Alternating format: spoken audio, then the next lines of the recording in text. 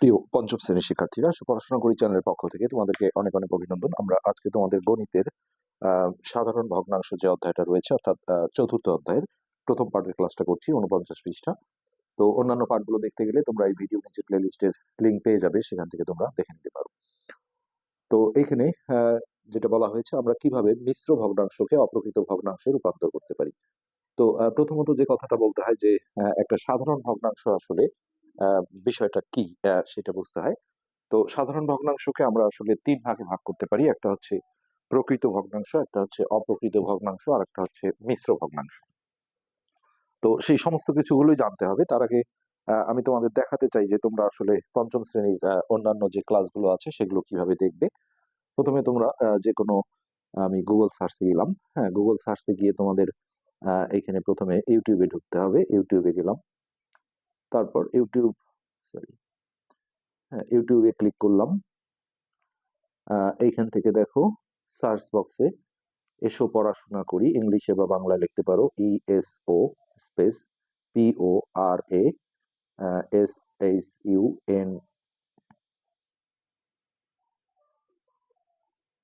আমি আবার দিচ্ছি। প্রথমে ইউটিউবে ঢুকলাম, তারপর ইউটিউবের যে সার্চ বক্স আছে, এই সার্চ বক্সে তোমাদের ESO স্পেস PORASHUNA স্পেস দিয়ে KORI বাংলা দিয়ে লিখলেও হবে। তারপর এই যে চ্যানেলটা দেখো চলে আসলো। এখানে চ্যানেলে একটা ক্লিক করে দিয়ে তোমরা এই যে হোম পেজে থাকবে। হোম পেজে প্রথমে নবম দশম শ্রেণীর ক্লাসগুলো রয়েছে। হ্যাঁ, এইভাবে আস্তে আস্তে স্ক্রল করে একটু নিচের দিকে ক্লাস 5 খুঁজে নিতে হবে। এইখানে দেখো এই যে ক্লাস 5 ম্যাথ লেখা আছে, এইখানে যদি ক্লিক করো তো এই যে এইখানে প্লে লিস্টের লিঙ্ক গুলো আছে। তো আমাদের এখন পর্যন্ত হচ্ছে 3টা অধ্যায় হয়েছে, আজকে চতুর্থ অধ্যায় হচ্ছে। তোমরা যখন এই ক্লাসটা দেখবে তখন হয়তো বা অনেকগুলো পাবে। এখান থেকে যে কোনো একটা ক্লিক করলে তোমরা সেই অধ্যায়ের এই যে সমস্ত ক্লাসগুলো কিন্তু পেয়ে যাবে।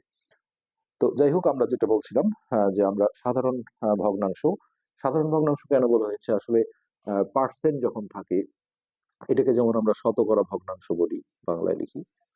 তারপরে দশমিক থাকলে এটাকে বলা হয় দশমিক ভগ্নাংশ। আর যখন এরকম থাকবে না, তখন এই ভগ্নাংশগুলোকে আমরা বলি হচ্ছে সাধারণ সাধারণ ভগ্নাংশ। তো এই সাধারণ ভগ্নাংশের দেখো 3টা রূপ আছে, 3টা ভাগ। তো এই ভাগগুলো, একটা হচ্ছে আমাদের প্রকৃত ভগ্নাংশ।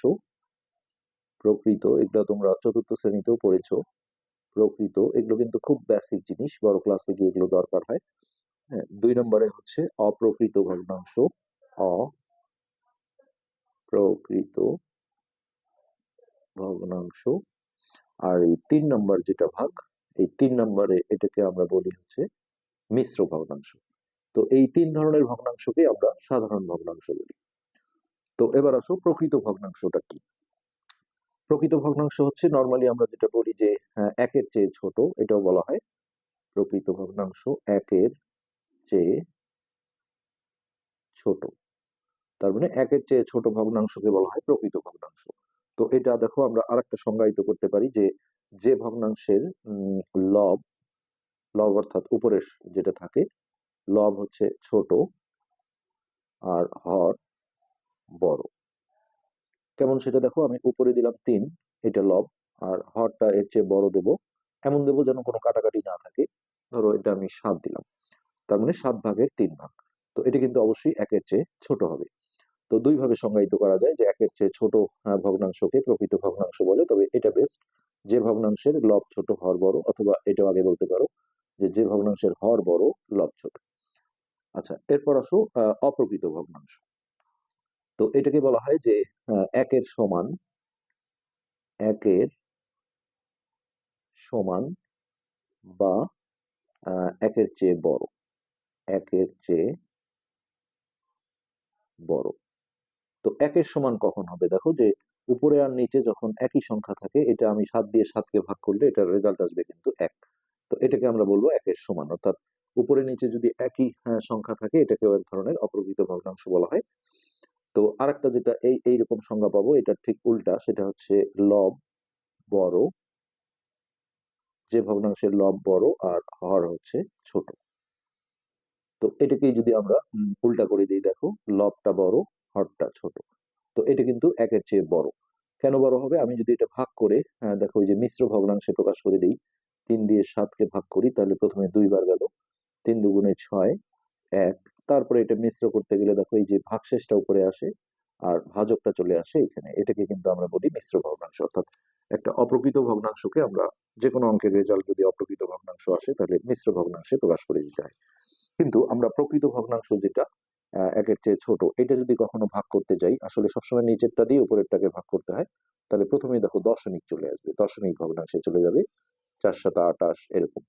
তো এই কারণেই এটা প্রথমে দশমিক আসা মানে কিন্তু এটা একের চেয়ে ছোট। তো এটা ভাগটা কমপ্লিট হয়নি, যাই তো 0.4 তারপরে আরো কিছু আসবে। তো এই কারণে এটাকে বলা হয় একের চেয়ে ছোট। আর মিশ্র ভগ্নাংশ হচ্ছে দেখো এটা, আমরা যেটা বলবো যে এইটাকে বলা হয় পূর্ণ অংশ। তাহলে যে ভগ্নাংশে, যে, এটা কিন্তু কাকে বলে সংজ্ঞা আসতে পারে, যে ভগ্নাংশে একটি পূর্ণ অংশের সাথে পূর্ণ অংশের সাথে, এই যে এটা হচ্ছে একটা পূর্ণ অংশ, সেটা যাই হোক না কেন। আর এই এই এই জায়গাটা সবসময় একটা প্রকৃত ভগ্নাংশ থাকবে। দেখো এই যে হরটা বড় লবটা ছোট। হ্যাঁ, অনেকে ভুল করে যেমন এই যে ৩ যেটা ভাজক এটা উপরে দেয়, হ্যাঁ, আর ভাগশেষটা নিচে দেয়, তাহলে কিন্তু হবে না। তাহলে এই জন্য বলা হচ্ছে যে ভগ্নাংশ একটি পূর্ণ অংশের সাথে একটি প্রকৃত ভগ্নাংশ যুক্ত থাকে। প্রকৃত ভগ্নাংশ যুক্ত থাকে। তো এই মিশ্র ভগ্নাংশ কিন্তু একের চেয়ে বড়ই হবে, যেহেতু এখানে কিছু মানে অপ্রকৃত ভগ্নাংশ থেকেই যেহেতু মিশ্র ভগ্নাংশ পাওয়া যায়। তো যেহেতু অপ্রকৃত ভগ্নাংশ একের চেয়ে বড়, আসলে একের সমান হলে এটাকে আর মিশ্র করার সুযোগ থাকে না। তো এই হচ্ছে ৩ প্রকার আমরা সাধারণ ভগ্নাংশ দেখছি। তো এখানে মূলত প্রথমেই যেটা শুরু করা হয়েছে, দেখো একটা মিশ্র ভগ্নাংশকে আমি যেমন দেখালাম, অপ্রকৃত ভগ্নাংশকে কিভাবে মিশ্র ভগ্নাংশে প্রকাশ করা যায় সেটা হচ্ছে ভাগ করতে হয়। আর যখন একটা মিশ্র ভগ্নাংশ থাকবে, এইটা থেকে আমরা কিভাবে অপ্রকৃত ভগ্নাংশে প্রকাশ করব, অঙ্ক করতে গেলে এটা প্রয়োজন হবে। তো প্রথমত এখানে রং করা হয়েছে, এই যে হরে যেটা আছে ৪, দেখো এই যে ১ ২ ৩ ৪, মানে এখানে ১ লিখেছে, মানে ৪টা করে ভাগ করেছে, ১ ২ ৩ ৪, ১ ২ ৩ ৪। তো ২টা হচ্ছে পূর্ণ অংশ, অর্থাৎ এখানেও ৪টা রং হবে। ৪টা ঘর মানে পূর্ণ অংশ, আবারও ৪টা। তারপরে এইখানে যে ৪ ভাগ আছে সেই ৪ ভাগের মধ্যে ১ ভাগ রং করেছে। তো রং করাটা বিষয় না, আমাদের হচ্ছে মূল বিষয়টা আমরা কিভাবে একটা মিশ্র ভগ্নাংশকে, এই যে এখানে আছে যে মিশ্র ভগ্নাংশকে আমরা যখন ভেঙে দেবো তখন এটা অপ্রকৃত ভগ্নাংশে প্রকাশ হয়ে যাবে। দেখো আমরা এখানে এই যে এটা দিয়ে যদি করি, ২ সমস্ত উপরে হচ্ছে ১ আর নিচে হচ্ছে ৩। তো এইটা থেকে দেখো অপ্রকৃত ভগ্নাংশ আসার সিস্টেম যেটা, সেটা হচ্ছে এই হরটা যেটা আছে এই হরটা হরেই থাকবে, আর লবে হচ্ছে এই পূর্ণ অংশ, আর এই হরটা গুণ করে তার সাথে এটা যোগ করে দিতে হয়। অর্থাৎ আমরা যদি একবারই করি, ৩ দুগুণে ৬, ৬ এর একে ৭। এই যে দেখো ঘুরে আবার এটাই আসছে। আবার এই অপ্রকৃত ভগ্নাংশকে আমি যখন এইভাবে ভাগ করব তখন আবার ব্যাক করে কিন্তু মিশ্র ভগ্নাংশে চলে আসবে। তো এইখানে জাস্ট বোঝানোর জন্য যেটা করেছে, এই ৩টা ৩ই থাকলো। আর এইখানে গুণনের সময় যে কোনো একটা আগে লেখা যায়, ধরো ১ গুণন ৩, তার সাথে যোগ হবে লবটা। তাহলে হচ্ছে কত, এই হরটা হরেই থাকলো, আর এখানে ৩ অক্ষে ৩, ৩ আর ২ ৫। এটা আমরা সরাসরি অঙ্ক করার ক্ষেত্রে ডিরেক্ট করব যে ৩টা ৩ই থাকবে, আর উপরে হবে এই দুটো গুণ করে তার সাথে এটা যোগ করে বসাতে হবে। তো এই যে এখানেও যেটা আছে দেখো, হরটা হরেই থাকলো। আর এখানে এইটা আর এটা গুণ করতে হবে, ৩ গুণন ৫ যোগ হচ্ছে লবে যেটা ছিল, সরি ৩। তাহলে এখানে আমরা বসাবো ৩ ৫ ১৫, ১৫ আর ৩ হচ্ছে 18, আর এই হরটা হরেই থাকলো। এটাই যদি আমরা আবারও ভাগ করি তাহলে ব্যাক করে এই মিশ্র ভগ্নাংশে চলে আসবে। ওকে, এখন এখানে রং করার বিষয় আছে, দেখো এক সমস্ত ২/৩ রং করি এবং খালি ঘর পূরণ করি। তাহলে হরে ৩ আছে, দেখো সবগুলোকে এই যে ৩টা করে ভাগ করেছে, ১ ২ ৩ ১ ২ ৩। তো এখন আমাদের যেটা করতে হবে সেটা হচ্ছে যে এখানে ১ আছে, তার মানে এই ৩টা অংশ সম্পূর্ণ এইভাবে রং করে দিতে হবে ৩টা। হ্যাঁ, তারপরে এখানে আছে দেখো ৩ ভাগের ২ ভাগ। তাহলে এই যে ১ ২ ৩ তার ২টা ভাগ এই যে রং করে দিলাম। তো এই বিষয়টাই। তো তারপরে এই মিশ্রটা যখন আমরা ভাঙবো, ডিরেক্ট এই যে হরটা হরেই রাখলাম, আর লবে এইটার সাথে এটা গুণ করে তার সাথে এটা যোগ করব, ৩ অক্ষে ৩, ৩ আর ২ ৫। এইভাবে।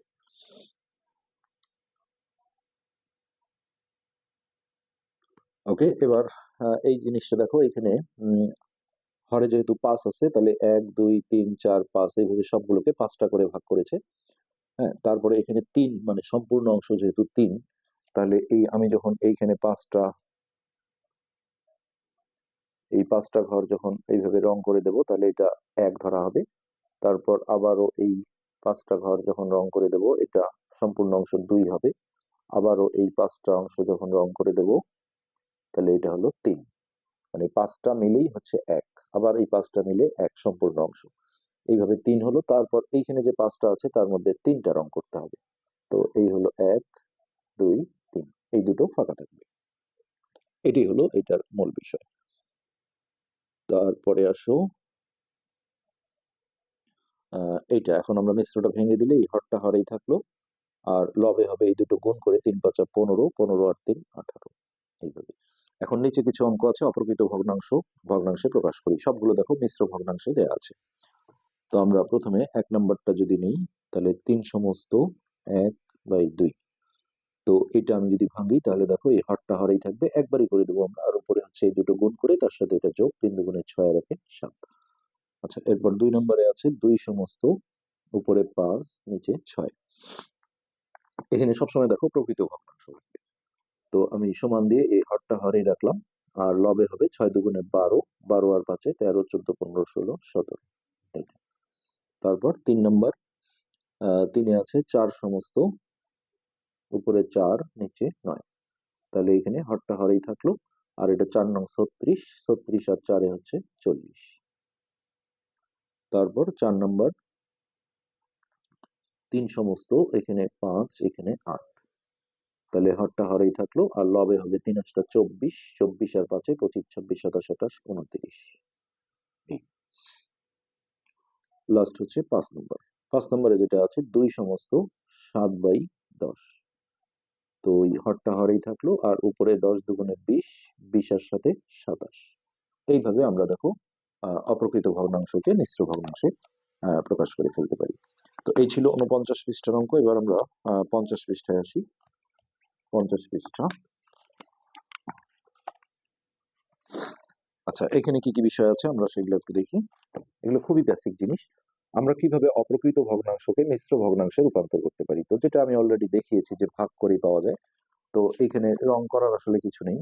হ্যাঁ, এখানে আমি যে এই যে উপরে 9 নিচে 4 আছে একটা অপ্রকৃত ভগ্নাংশ, এটাকে আমি মিশ্র করতে গেলে প্রথমত এই নিচের সংখ্যাটা দিয়ে উপরেরটাকে ভাগ করব। ভাগ করলে দেখো 4 দুগুণে 8, এখানে ভাগশেষ থাকে 1। এরপরে এই ভাগশেষটা চলে এখানে একটা টান দিয়ে, হ্যাঁ, এই ভাগশেষটা যাবে উপরে, আর এই ভাজকটা চলে আসবে নিচে। এটি যদি আমরা আবারও ভাঙাই, যেটা ওই পৃষ্ঠে আমরা শিখলাম যে হরটা হরেই থাকে, আর লবে এই দুটো গুণ করে তার সাথে এটা যোগ করতে হয়। দেখো 4 দুগুণে 8 আর একে 9, এটি চলে আসে। এইভাবে আমরা পরীক্ষাও করে দেখতে পারি যে আমাদের ঠিক আছে কিনা। তো ওকে, এখন এই কথাগুলো এখানে বলেছে আসলে। তো এখন আমরা চলে যাব এই যে নিচে যে কিছু অঙ্কগুলো রয়েছে, যে অপ্রকৃত ভগ্নাংশকে মিশ্র ভগ্নাংশে প্রকাশ করি, আমরা সেগুলো একটু সলভ করার চেষ্টা করি। তো প্রথমত 1 নাম্বারটা যেটা আছে সেটা হচ্ছে উপরে 7 আর নিচে 5। তো সিম্পলি আমরা এই অপ্রকৃতকে মিশ্র করতে গেলে সবসময় ভাগই করব, এটার আর কোনো বিকল্প নেই। হ্যাঁ, তো এই ভাগটা করতে গেলে আমরা 5 দিয়ে দেখো 7কে ভাগ দিলাম, তাহলে 5 অক্কে 5, এইভাবে।